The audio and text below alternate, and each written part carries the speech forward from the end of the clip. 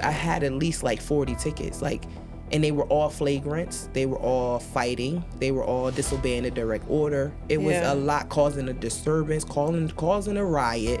I had a whole bunch of stuff going on. I did chronic, which was a 23-hour lockdown, and it was for a 6-month period. I definitely knew I needed to change my way of thinking, the way I lived, the way I operated.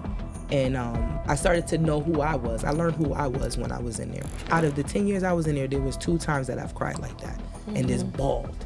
And I said, Lord, I need you. I said, I need a hug from you. I need something. And I kid you not, God lifted my arms like this, and it went back down. And I said, Lord, I got it.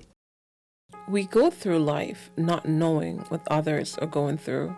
We walk by them daily, not able to fathom the depths of the struggle they face.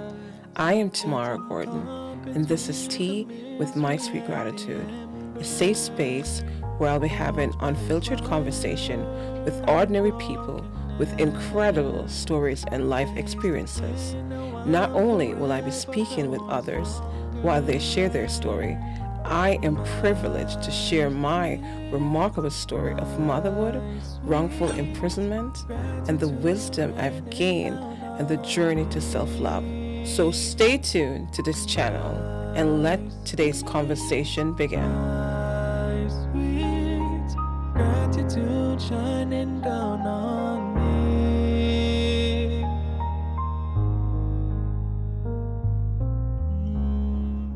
Welcome to Tea with My Sweet Gratitude. I am your host, Tamara Gordon, and today I am joined by Tye Miles, a phenomenal girl. I tell you, when you think about Tye, you just think about fun. But I want to share her story of resilience, of hope, and of grace. Tye, welcome to Tea with My Sweet Gratitude. Thank you. Thank you for having me. First, before we dive into your story, I want to ask you about your childhood. How was it, your favorite childhood memory? My favorite childhood memory would have to be the time that my dad came to pick me up, and I don't know, for some reason, every time he would drive, sometimes he would sit me on his lap and let me, take the steering wheel and think I'm driving, and that was like one of the best times that I had. And the reason why is because my father wasn't in my life my whole childhood. So those memories I stuck with to have the best memories of him for what it was worth. My mom, she has always been a driving force in my life, and she's never left and always been by my side. We haven't had the best relationship growing up because I feel like we are alike in a lot of ways, and we clashed a lot. I'm the oldest of 4 children, but when it was in my house, it was just me and my brother. My mother was a single mom, so I took on a lot of the responsibilities when it came to my brother being home and like homework and feeding him and stuff like that. So I had to grow up a little bit faster than a normal child. The things that children do, I wasn't doing. I wasn't outside playing. I wasn't doing any of that stuff. I had to live an adult life at a childhood age. My childhood would be, I felt a lot of abandonment when my father and my mother separated, because once my mother and my father separated, that's when he left, and it was just me, my mom, and my brother. And I think that took a toll on me, but at the time I didn't understand it, so it kind of just was bottled up inside. And as I got older, that's when I started to notice the consequences of him leaving. I put it into a lot of bottled up energy, a lot of anger, frustration, and didn't know where to put that. So I kind of lived one of those lives growing up. So you'd say your father not being there, and because you're forced to grow up so early, it impacts your childhood. Would you say that? Yes. It impacts your decision and what happened? Absolutely, a great deal. I didn't know. For a female child, it's very, very important for a male to be in your life. For any child, really. Yeah, for sure. We need our fathers. Yeah. Yeah.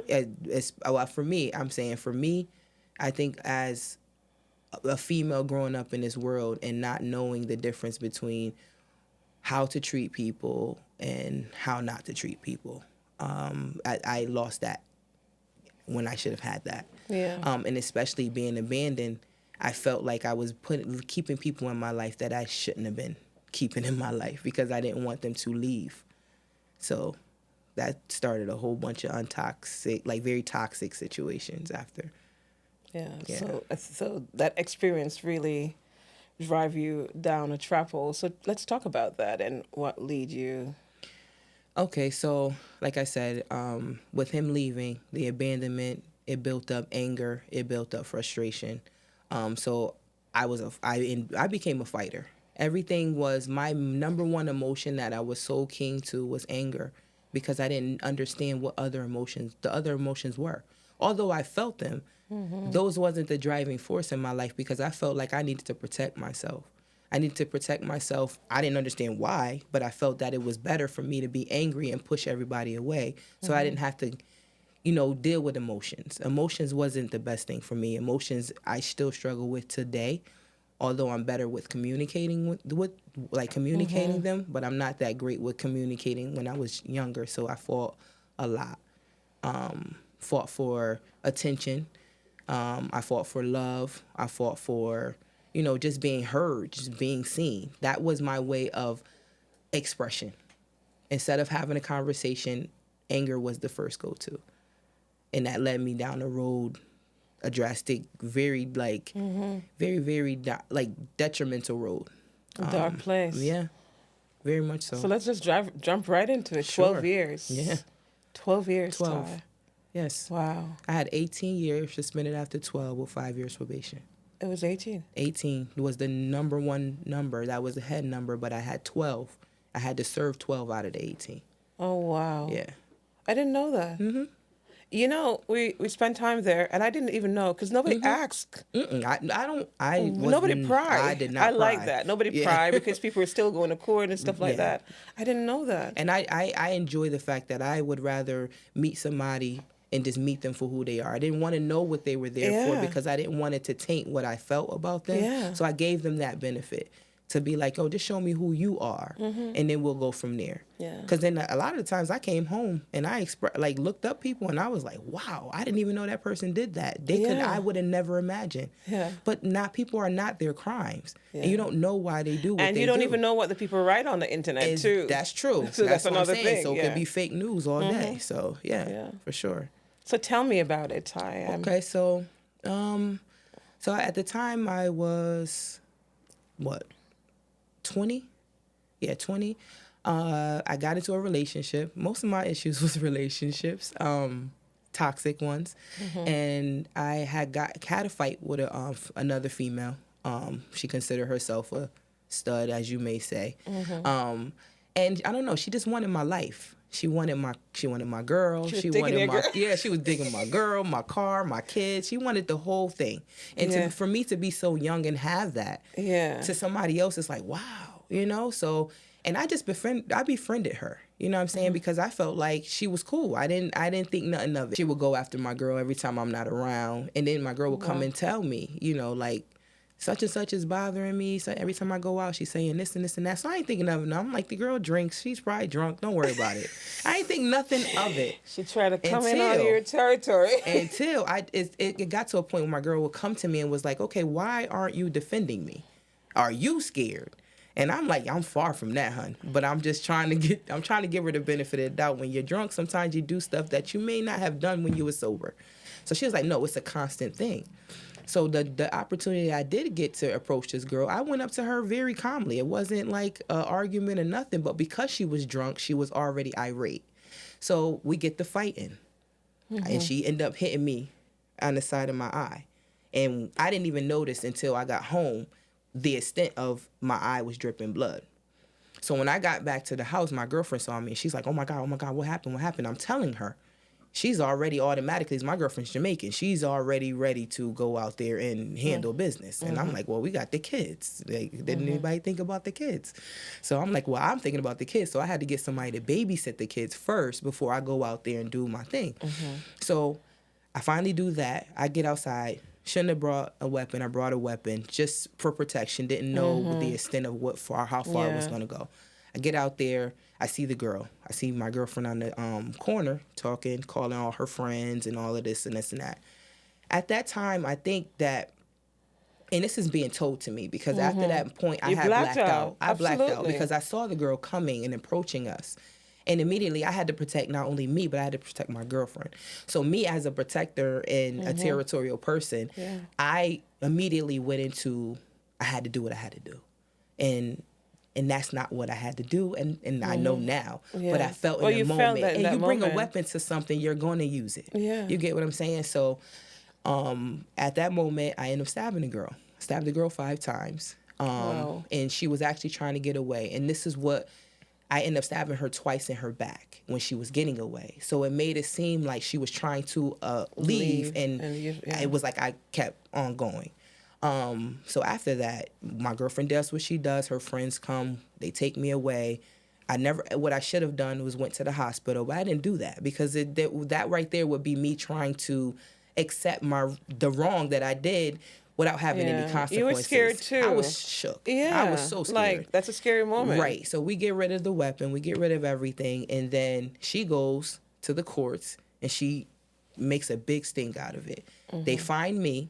I go to court, and at that time, I'm like, y'all got to prove it. Prove it. Prove it. Of course, I'm not going to be like, I did such and such and such. Let y'all do your job. My public pretender, which worked close side with the prosecutor, they steamrolled me. It was just, first offer happened, I was done. I was already locked up. So by the time You didn't go to trial? My trial lasted 3 days. And I was charged with criminal intent and assault 1, which is the same charge, but in Bridgeport they just wanted me to stay there. I felt like I was used as an example of, saying I was like the hot topic of the year. So like, we got rid of her, we got her, like type thing. But I didn't kill nobody. You know what I'm saying? So. But they have people who murder people and get less time too. Come on, make it make sense. We see it all the time Make there. it make sense. You know what I'm saying? But I feel like now today I understand why. I know God was trying to get me to calm myself down. Yeah. Because if it wasn't for that, it would either I would have took somebody's life or somebody would have took mine. Yeah. So I'm grateful for the opportunity. At that time, you could not tell me that. I was so upset. Like, you could not tell me that. I felt like I was like, Lord, why? And then that's started the process of the 12 years I was in there, and that was. What was it like on your first day in prison time? I looked crazy. I looked crazy, felt crazy. I felt fear because I didn't know what to expect. Yeah. And then once I ended up leaving A&D, as you know, that was the worst. I felt like, and once I got to the compound, I was like, this is life. A breath of fresh air type thing. I'm still in prison, but I could take. But it was different. You take the little things, even if it was just walking out of A&D and onto the compound. You see people. That walk was scary. Oh my God, wasn't it? It was like the Green Mile. Like I was walking the Green Mile. Like I felt like it was just the worst thing ever. Absolutely. Like just first of all, I've never imagined bending and coughing in front of anyone. Oh my gosh. And the one that checked me in, you probably see it on my thing, she was a lesbian. I know you're talking about. And I think she had me, it was bad. Traumatizing. It was the worst thing you could imagine for me. And then when I was sitting down and waiting, and then somebody was fighting and saying, I said, Jesus Christ, I'm dead. So I thought the whole thing was going to be like that. Yep. And then come to find out, it's really not like that. It's really what you make it, because you have COs that that are evil. Then you have COs that are godly. Nice. Then you have COs that are just cool. You know what I'm saying? And I had to pick and choose because I felt everybody was bad. Yeah. And then they had those ones that would pull me up and be like, "Hey, Miles, you got to get it together." You know what I'm saying? You're wild. But you were favored. Yeah. They respect you. Yeah. But I didn't start off that way. Yeah. I built that. Yeah. The favor came. It didn't come off the rip because immediately I was already, for the first 5 years, I was a tyrant. Every time they see me, they was going to a cold. It was always a cold blue. How much time you went to sex? Oh my gosh, I don't even know. I think when I looked at my rap sheet after the fact, I think I had like at least 72 tickets in the over a 10-year period. Oh wow! But within the first 5 years, I had at least like 40 tickets. Like And they were all flagrants. They were all fighting. They were all disobeying a direct order. It was a lot, causing a disturbance, causing a riot. I had a whole bunch of stuff going on. Because, you know, for me, it was like I was fighting with myself. Yeah. Instead of, why you mad at people? They didn't put you here. Yeah. You put you here. And once I realized that, it took me 5 years in to realize that. Yeah. So once the 5 years, and I noticed the change. I said, I got to stop doing this time and stop letting the time do me and me do my time. You know, you're the first person I really met and talked to. Mm-hmm. Well, when I came down, that, you know, when they move you in that period of time, the move-in time, and everybody's out in the rec area and waiting to see who's new coming down. And I walked down there, and you were talking. I was scared. I know. I was scared. I was really scared. And they said, Gordon, you're going to F. I was in F tier, room 10. In the back. And 10, because you were in 12. And 11 was inside of me. And I was in 10 then. Yep. So I was in 10, bottom bunk. And I go in, and I was so glad when I went in, because I was afraid, because you were cussing somebody that day, and I was afraid. But then when I get to know you, and you asked me, you tell me, this is a rule, because you know I was scared. You sense it. I knew it. I could tell the difference. Yeah, and then I said, oh, she's a lesbian now. And then they were warning me about this other lesbian girls. And I'm saying, oh, God. Another one. Now, maybe this is the one that they're talking about, but it wasn't you. You're Tye. Yeah, right. So I'm like, Jesus Christ. She's going to have me for breakfast, lunch, and dinner. I was afraid. Can I just tell you that? Honestly, yeah. I really was. I know. And I walked down there. And it was sad. And I went in that cell and I cried. But when I came out the next rec, you sat me down and you said to me, this is what you do. You write up for a Bible and you take my inmate number and you did it. And I thought that was so nice. And it made me feel safe. Because now the biggest mouth one, now she's my friend. I got her on my team. Yes. Nobody gonna bother me now. Yes. Now I know how to feel under my way. You have to fend for yourself in there, honestly. So I really was feeling secure after that. And now I was favored now with God. But I only spent 1 day there. Yeah. And then I went on the other side. Yes. Yep. And over there was quite nice. It was a dorm. Yeah. And it was okay. Then I went to CPC and the street now. So I spent most of the time over there. Right. And then I came back to the max when I was supposed to go home. Yeah. I remember that. Yep. But you've blessed me. So, but I remember this though. You were really a fighter though. But one thing that stand out about you is who you were with. Yeah. Because I was trying to study you. Study you. She even did my hair. Like, you even did my hair. Yeah. I was studying you and saying, this girl is a nice girl, but when she's with this girl, you behave like an untamed animal. Yep. Like, what was with her about you that drive you?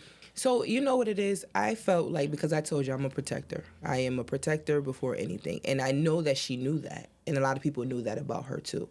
And they knew that when it came to, like, the things that she would start, it would be like, oh, I'm going to tell Tye. I'm going to tell Tye. And that's what got me in a lot of trouble. Girl could pick a trouble. Listen, I'm fighting not my own stuff. I'm fighting for the things that she's doing.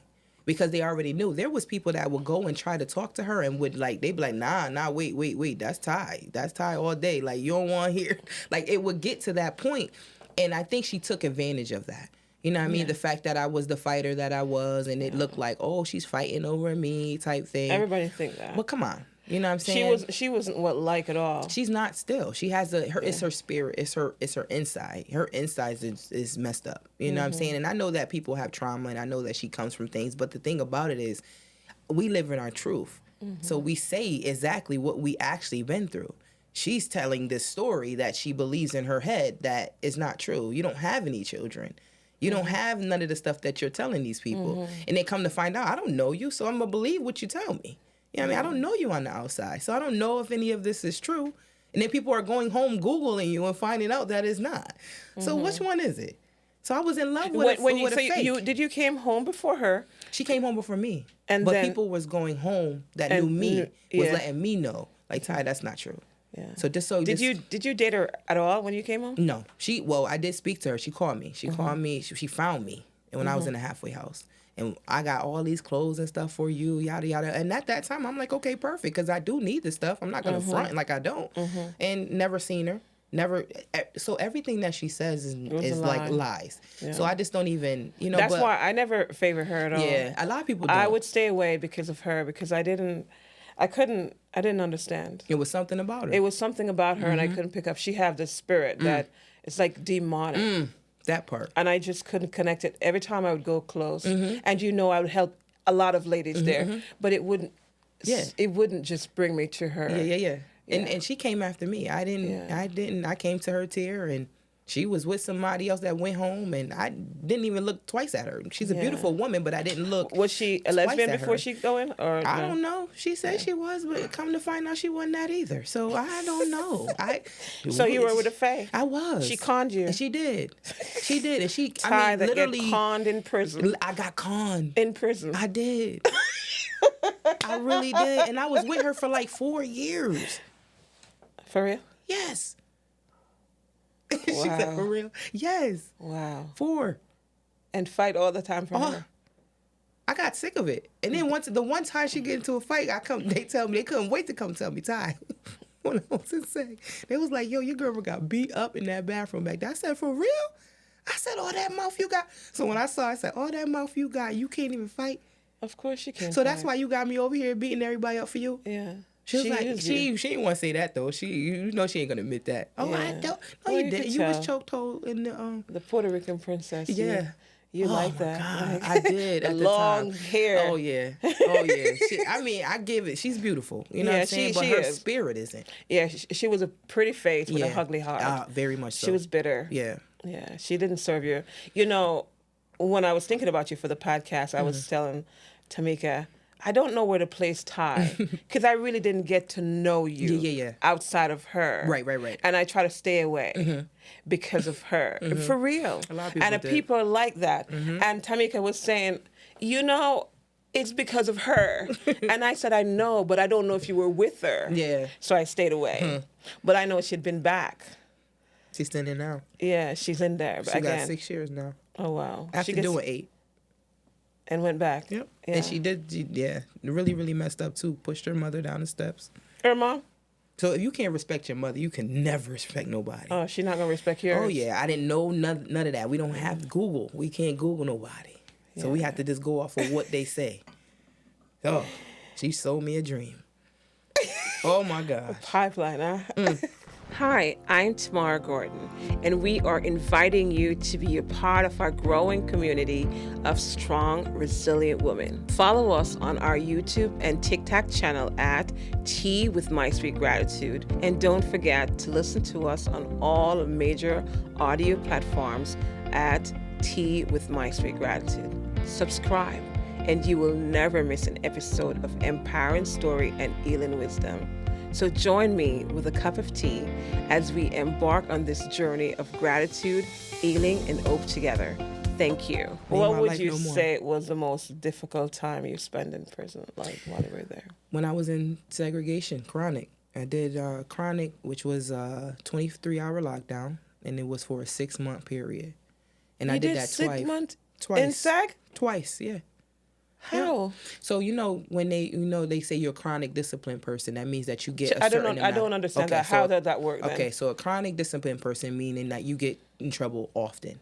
If you get 3 to 4 tickets within a certain period, you are considered a chronic discipline. And I was getting them back to back to back. So it wasn't like a period of 30 days, 60 days. It was every week I was getting in trouble. So they end up putting you in chronic. That's what it's called, chronic. And you spent 6 months? Yes. And didn't you go crazy? The first time I didn't, because I was too concerned about my relationship, my girlfriend on the outside. That's the first time that I went. You mean the girlfriend in the dorm? That was Aruba. Yeah, I don't know if you remember Aruba, but yeah. But she was in New York? She was in York, yep. Oh. Mm-hmm. And I was so concerned because every time somebody comes, now mind you, in SEG, this is how we communicate. You don't know this. I know, you gotta teach me, child. So like when you're in segregation, so we was on chronic, so this side was where I am. Mm-hmm. On the other side is when the people that go for 7 days and they get out and they go back to the compound. So they're on that side. So their window's right there, my window's right there. So they'll bang on the window. And sometimes if you're asleep and the sun is shining, you could take a mirror and flash it to the window to wake people up to let them know you're trying to get their attention. What the heck? Yeah. So I'm telling you, we So you improvise. got the prison rules. Yeah, we improvise, right? So she gets in the window at night because we only could talk in the night because that's when you could turn the light on. You could see each other. So they will window talk to me. So they'll bang and it's like 1, 2, 3, and they'll say Tye, and they'll be like Maria, or they'll be like Aruba is doing such and such. So they're telling me that she's when they come inside. down that she's on the compound disrespecting my name and walking around as if she didn't I went to Chronic because of her. The last ticket I had was a sexual with her. You would call, And we was roommates. Lord, jeez. Yeah. So I'm telling you, this is a whole world that we was in our own So world. wait a second. So you get caught. I got caught in a sexual. Oh, Lord. And that was the last ticket that sent me to Chronic. Most of your crime was like that? No, that was my first sexual, my whole bid. I only had one sexual. But you do it a lot, Tye. I don't get caught no more. You get caught once, you ain't gonna get Tye, you were caught. sliding up in those shower, Tye. You were bad. Listen, I had relationships. I had flings. I was doing some stuff. You know, you. All right, so it was your shower, really, because I went and see you there. But then I wanted your space in the morning. And you give it to me. Just because you want to slide up in there after and stay along with me. It's like, oh, Gardner, you could go first. Yeah, sure, go ahead. Go ahead, have it, enjoy. Yeah. Lather up. You know? But, And then after that, you go in. Yeah. It's like, man, she's not afraid? no, I have to live. I know, but it was such a wasn't strict rule, though. It was, but you know what though? Like we get to a point where women, so if we need that contact, not everybody, but Yeah, some people do. Now, do, mind you, that's yeah. my lifestyle, so it's a little different for me. Yeah. That if it's not your lifestyle, that's not You're your not- thing. it You never- might have yeah. a CEO that you might be attracted to. You may never see, but you could be infatuated with him. But You know, I for did. me, I know. I'm pretty sure you did. I did, a CEO. I'm Like, pretty he was sure you sweet did. on me, too. I I guess bet. you know what a sweet little thing. Oh, We can't call his name. No. German. Tall, skinny. Oh Lord. I Good don't know. morning, Gordon. You don't know? You must know. You know I wasn't paying attention. You know. I definitely wasn't paying attention. I was too busy. Yeah, Wasn't but paying attention who was saying, "Good wasn't morning, Gordon." I wasn't brave enough. That's all right, good, because that's a whole nother situation. Yeah, You know what I'm saying? I wasn't brave enough. That's a whole. But he liked me, and I know, and you know, he was very respectful. And I said, I've had God. some counselors, but like I never had a CEO. Yeah, that I've had. it was nice, but I didn't entertain it. Yeah. And it was very respectful too. Yeah. But he treated me so kind. Yeah. So Yeah. that's why I say you have some Yeah. that are really, really nice. You have some that are cool, and you have Yeah. some of that just pricks. Yeah. You know, that think put everybody in the box. Yeah, you have I'm not one- here from selling. I'm not a prostitute. Yeah, you had one not a over drug CPC addict. that act like that. Yeah. And then he came over over Zero Knot when I came over there. Little skinny little boy used drugs. The one that bring I know who you're drug. talking about. That one that bring With the drug hat? inside. Yeah. That same one. The one that ride a I Bentley cussed him but one live in day. the projects. Yeah. I tell him one day I have to call my attorney on it. Like, don't Yeah. talk to me. Don't talk to me. Yeah. He's rude. Yeah, he's very rude. But I said, you know what? That he box people in. He think all the women are the same. Yeah, you think No. everybody go in there and use drugs, so you Or know. they'll Or slide they're off in the closet with him. And, no. But he wasn't even that. He was skinny and looked like a dog. I know exactly. Like, what who you're are talking you? about. I know exactly. Yeah, what but I you're set talking him in place one day. I said, "Don't talk to me. I'll spit in your face." about. And that's what you have to do Yeah. sometimes. You got I to tell him that that. you're not that Yeah. one. I tell him know? that, and he was so mad. Yeah. I said, "Okay, try me. You don't know me, but I'll Yeah. show you who I am." I know that's right. I'm quiet, but don't play Yeah. with me. Yeah. Yeah. And then he back off. That's I good. write him up too. Okay, good. Yeah. And that's what you have to do. And I went on my sometimes. phone and I called his name and said so and so, and they make a call and they set him straight. And it's a lot of people like that they don't think that have family or support that they can call home or get a visit. And Yeah, so I've done listen, that a couple so-and-so times. I had is like doing that, like just fix that. community leaders come and talk for me. Yeah. So it was like, oh, now y'all leave me, y'all back up. Like Yeah. I didn't come from nothing. Yeah. I have a family that love me very much. Yeah. You know, so yeah, that was that. And that wasn't so I take that. I'm going to say that the 12 years, although it was rough, it ended up being much better. Once I took that time and the second time I went to Chronic, that's when I felt like I had that epiphany moment. And I was losing friends left and right. So you spent 6 months out Yeah. there. 6 months twice. And lockdown but what do you do? 23-hour lockdown. And you get books and you get You visit get from books, the. and you have to go on second phase, just 2 phases. But You what got- the phase? Explain them. So to the me. phases, the first phase is just a phase. Like, you don't get any LOC, you don't get no commissary, you don't get nothing at the first beginning. That's like kind of like your trial period. And then once you get to your second phase, that means you're getting closer to going out back to the compound. And you So could get commissary in you those could get phases? you get your second phase. You get commissary, you get a radio, you get stuff that can kind of keep you. You could have TV? Yeah, No? no. Only Okay. people that have TB, it was the ones that was in the gang unit that was Okay. living in SAG. But no. Okay. But the radio was good for me. Yeah. Yeah. So you said, what did that moment teach you, though? So the moment that taught me was, okay, I'm angry at what? Who are you angry at? First off, and I had to really come to understand that I put myself here, and that I need to figure out a way to not bring me back here. So when I finally had my hearing, you get a hearing to get you either stay in or you leave.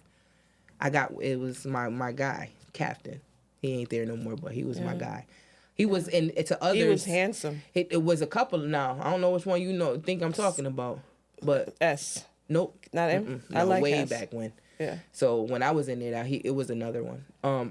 But that one, everybody thought he was a prick, but he wasn't though. Yeah. It depends on if Yeah. you treat him a certain way, he He's treats you very the same respectful. way. Yeah, but he's if very you're respectful. respectful, he's respectful.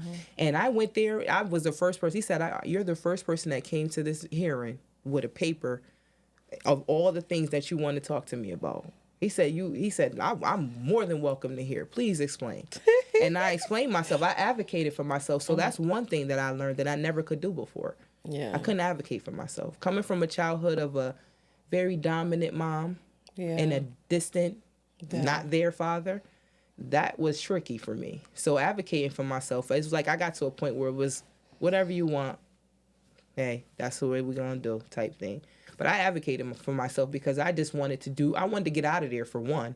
But for two, I wanted to show them what my plan was when I did hit the compound. And I did exactly what my plan was. I went to school. I ended up going to school. I ended up going to college courses. You did quite a bit. I did a lot. I did Yeah. Wesleyan school. I did 3 Rivers. I went there. I did construction. I did all types of stuff. You know what I'm saying? So in healthy relationships, anger management, I did all of everything that I said I was going to do. Yeah. And that's what got me the favor that I had with the COs because now they see the change. Yeah. They see me changing. Now I'm not, You oh, did. they say, Tye, you got to lock up. Okay, no problem. Before I used to be like, wah, wah, wah, and I'd be in SAG. Yeah. So they saw that I was maturing. They saw that I was growing up. Well, I didn't know that side of you, the seg person, but I know the one that every time it was locked, you were going different courses, different school, different things. So you've learned all you could learn in prison. How does that help you when you came home? It helped me a lot because I knew for one I wasn't going back. So I definitely knew I needed to change my way of thinking, the way I live, the way I operated. And I started to know who I was. I learned who I was when I was in there. I realized that I do love to sing. I do love to help people. I am a caregiver by nature, you know what I'm saying? And I think that's why I see the broken and want to fix them. You know what I'm saying? But I was broken.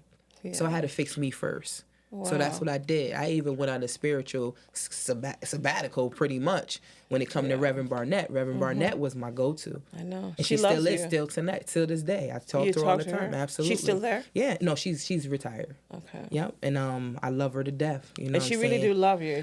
That's my girl. But she understood me. Yeah. And that's what I loved about her. She didn't was kind to judge me. everyone. Yeah, she didn't judge me because she understood because she was a feisty something too. You know what I'm saying? Like she's Rev and everything, but you get it messed up, she'll been put you in your place real quick.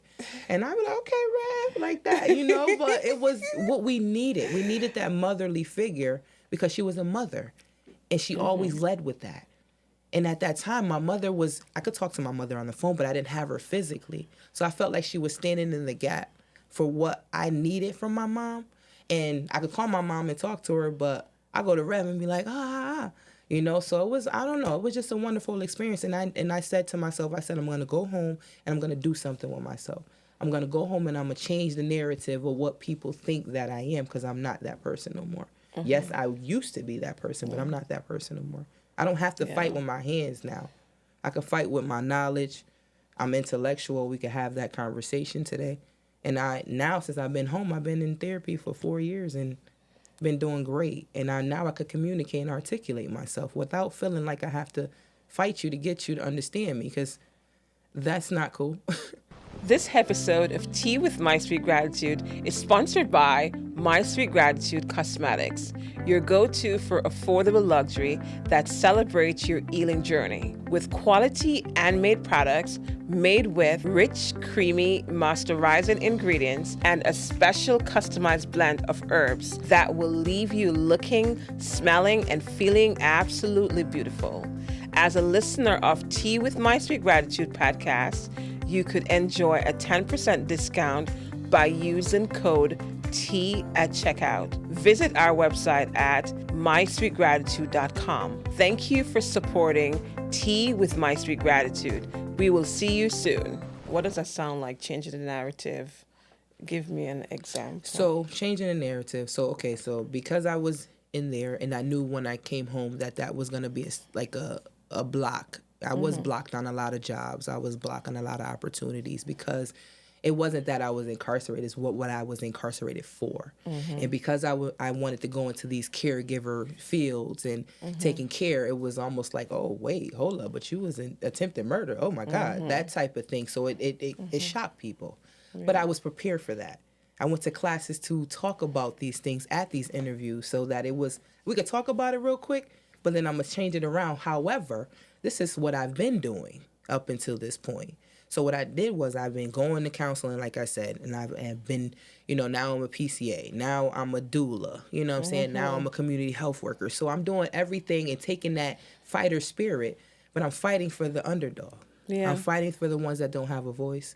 I'm speaking up for them. Yeah. So I turned it around, and used it for good, and I've always been a spiritual person. So I always knew who I had to go to have that conversation with. But as I grew, I learned how to have more conversations and how to talk to them and tell them exactly how I feel. Because when we pray, it's like, we could pray those little foxhole prayers, but those prayers like, Lord, I can't do this. I'm ready to take so-and-so head off. Yeah. And I know that you took me from that place. What do I do? Send me a hug. Who do I turn to? Yeah. And there's this one, I have to say this. There's this one experience that I had when I was incarcerated. I was going through it. I had a visit with my mom, and I was just like, I was tired. I never felt suicidal since the whole 10 years I was in there, except for this one time. And I was sick and tired of being sick and tired. I said, Lord, I can't do this no more. I said, if you are real, I need you to let me know that you're real. And I told my roommate, I said, listen, can you give me $5 on the door? So it's like, when the doors pop, you go out and wreck and come back. So I said, can you give me 2 5s on the door? And they did. I got on my knees and I cried. I mean, cry. I think those, out of the 10 years I was in there was 2 times that I've cried like that and just bawled. And I said, Lord, I need you. I said, I need a hug from you. I need something. And I kid you not, God lifted my arms like this, and it went back down. And I said, Lord, I got it. I said, thank you. Like, I'm about to cry now because it was so, you could cry. It was so heartfelt. And I needed that. Because you get those opportunities where you take for granted the freedom that I had, to not be able to walk out that door with my mom when she comes, or I'm in SEC and I got to talk to her through a glass and be shackled. I never thought about how that made her feel. I was all about self at one point.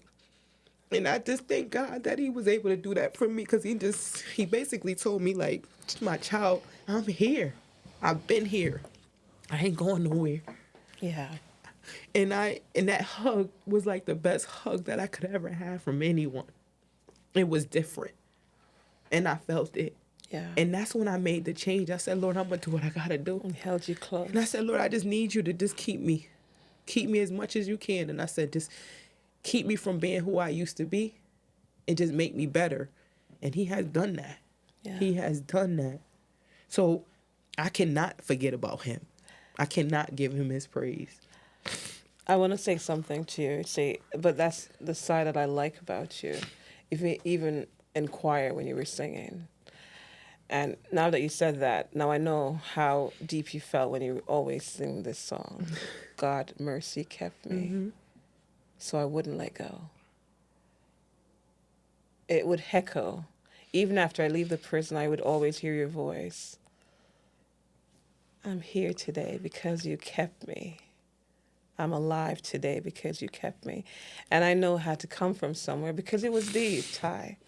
I don't know if you know, that song saved me. It kept me in there too because I was like a little cat that was lost. You know, I was lost. Like, what do I know about prison? Right. And here I didn't spend a night in jail, but here I am in a maximum security prison. Right. And it was painful. But when I heard you sing that song, I'm alive today because you kept me.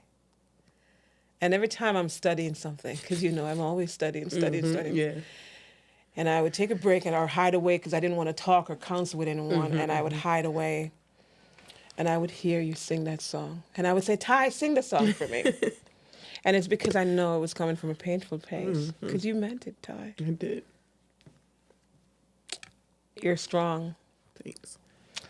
Man, you know, 10 years they sentenced me to, suspended after 1, followed by 5 years for something I did not do. But when I hear that 10 year, I blacked out. I just can't imagine you spent 12 years in prison for one night. That's it. I ain't take nobody's life. Yeah. I understand it now, though. I didn't understand it then, but I get it now. But he kept He you, though, saved me. Tye. He saved me you from myself. From you. From myself. Yeah. I'm honored to know you. The Same. strength. I am. And I know we say this all the time to each other, but I really am. Like your strength. The strength. But it's what came out from a dreadful place. Right.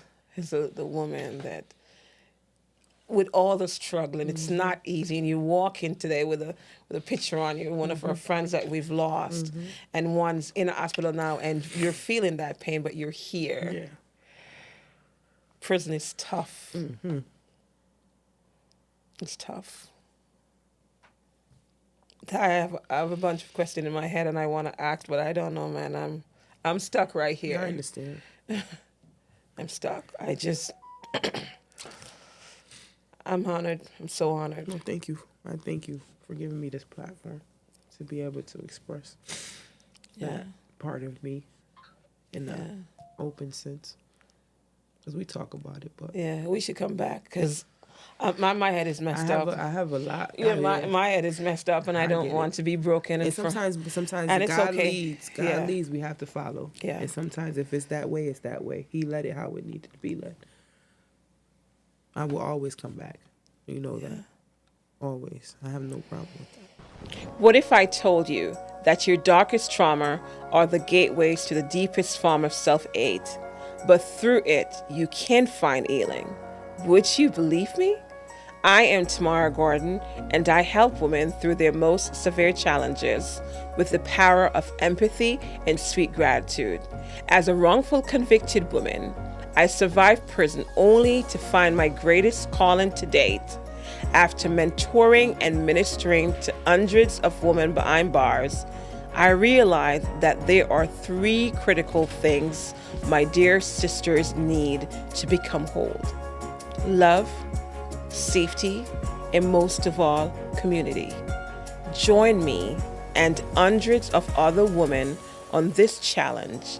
I will send you 1 sample email each day with 1 action to take, and if you stick with me, I guarantee you your life will change. The Healing Heart Challenges is a safe place for women who are determined to reclaim their position at their homes and community. Join me today and let this transformation begin. God used me in so many ways too, and it was, and I had to sit back and think about it because there was this one time, and I was going through it, and I've always been dolo. I've always been by myself. Even when you see me walking out of compound, majority of the time I'm by myself. And there was this one lady, and I felt it in my spirit. That's why I thank God that even though I'm going through what I'm going through, I could still empathize because I felt people's pain. I'm an empath. I feel you. So, and she's walking by me. She had her head down, and I was like, and somebody said, say something to her. And at first I was like, what? And I said, say something to her. And I said, hey. And she looked at me and she said, hi. I said, God loves you.